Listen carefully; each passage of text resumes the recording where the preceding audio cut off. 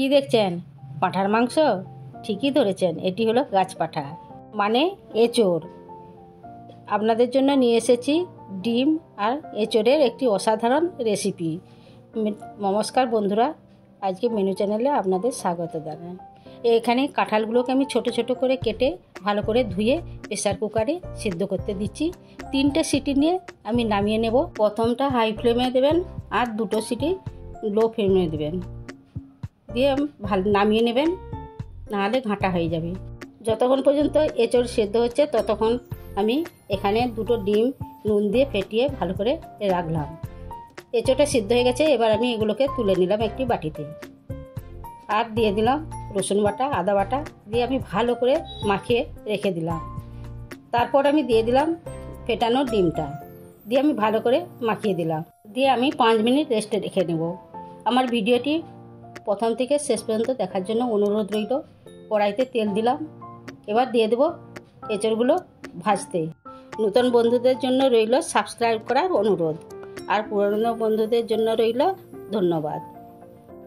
এবার আমি এঁচোড়গুলোকে ভালোভাবে নেড়েচেড়ে ভেজে নেব, যাতে ডিমটা এঁচোড়ের গায়ে কোট হয়ে যায়। আমার ভাজা হয়ে গেছে, এবার আমি একটি বাটিতে তুলে নিলাম। এই কড়াইতেই আবার তেল দিলাম, দিয়ে দিলাম পেঁয়াজ বাটা। পেঁয়াজ বাটাটা ভালো করে নেড়েচেড়ে লাল করে নেব। এরপর দিয়ে দিলাম আদা বাটা, রসুন বাটা, এটাকেও আমি নেড়েচেড়ে নিলাম। তারপর দিয়ে দিলাম টমেটো কুচি। টমেটো কুচিটা একটু নেড়েচেড়ে একটু লবণ দিলাম, যাতে টমেটোটা তাড়াতাড়ি গলে যায়, আর একটু জল দিলাম যাতে না ধরে যায়।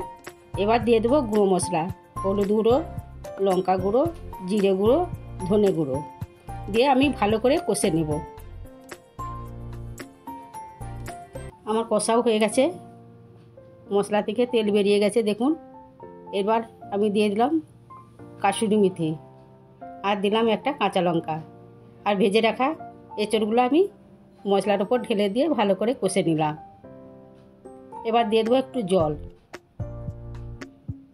ফুটে উঠলেই আমি দিয়ে দেবো উপর থেকে ধনে পাতা। দেখুন ফুটে উঠে গেছে, এবার আমি দিয়ে দিলাম ধনে পাতা। তৈরি হয়ে গেল এঁচোড় ডিমের একটি অসাধারণ রেসিপি। এটি অবশ্যই বাড়িতে তৈরি করে খাবেন, খুবই ভালো লাগবে। ভাত, রুটি, লুচি সবের সঙ্গে খাবেন, খুবই ভালো লাগবে। আমার ভিডিওটি ভালো লাগলে লাইক, কমেন্ট, শেয়ার করবেন। দেখা হচ্ছে পরের ভিডিওতে।